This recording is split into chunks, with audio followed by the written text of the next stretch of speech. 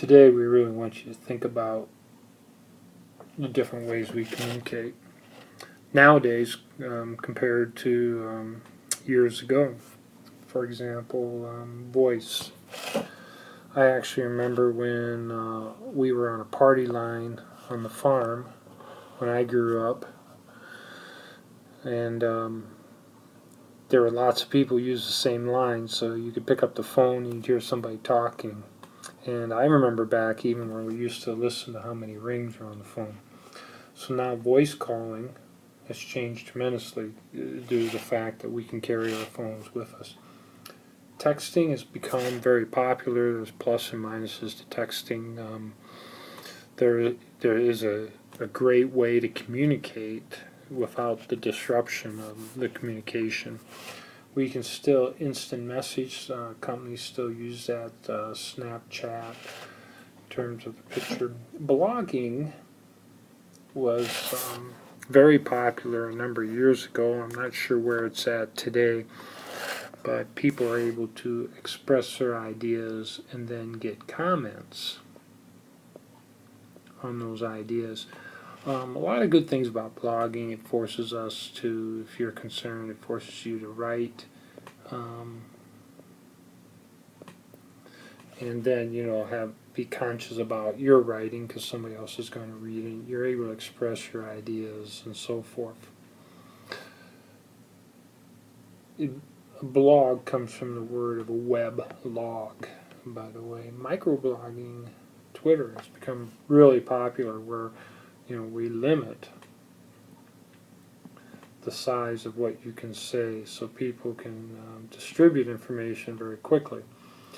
I know some places use Twitter accounts to distribute information either within their company or maybe within that township or that area of a town and so forth. If you check in the morning, they'll tweet issues that are up that day. Email is still very popular in business.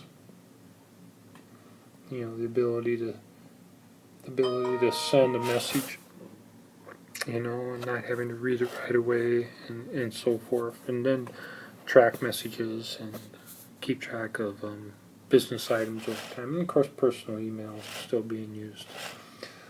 Social media is really popular, whether you're a Facebook, LinkedIn is popular, Google Plus has kind of gone down in popularity. MySpace is still around, and there's other ways to socially interact. Some people are creating more specific sites or locations in which certain groups of people congregate to exchange ideas.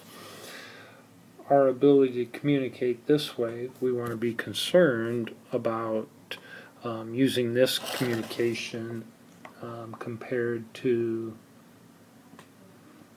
face-to-face communication.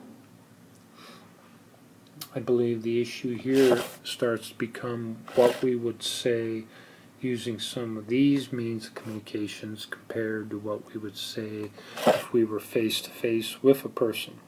And then, of course, our expressions and how we manage face-to-face communications. Yeah, it'll be crucial. It'll be crucial that young people don't lose the ability to socialize with other people on a regular basis. So you get to talk about what you use up here and what value you find, issues, and so forth in how we communicate, plus and minuses. The interesting topic, too, is around open and closed systems.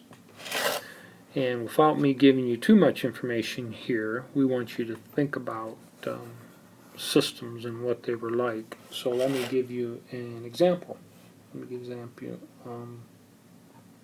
Bell. Bell telephones became a monopoly somewhere in the early 1900s.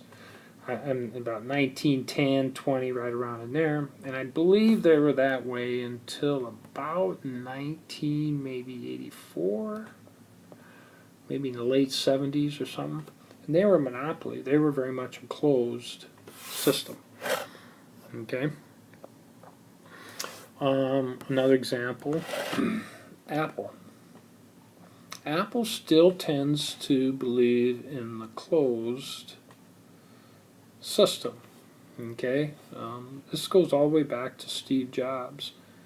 He was intent to make a great device, whatever the device was. Don't let other things into the device so as to contaminate it, so to speak, and make something that is great for people. And asking people what it is isn't the best idea, according to Steve. But if he thinks you're going to make a great quality, it has to be more of a closed system. That's why they created iTunes.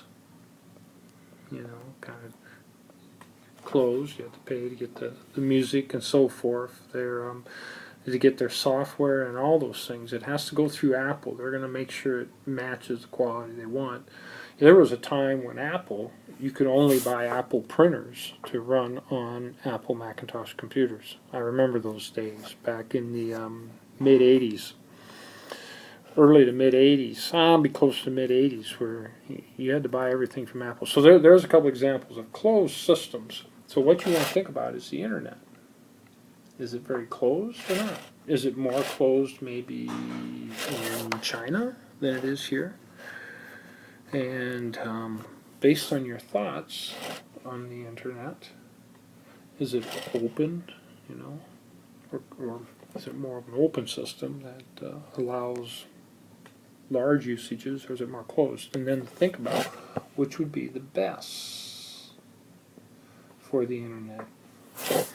And if you're curious, this might be a time to look up net neutrality if you want to get some information on a law that was passed not too long ago dealing with the net and how much it can be controlled by the providers. Alright, so I believe that is it for this unit.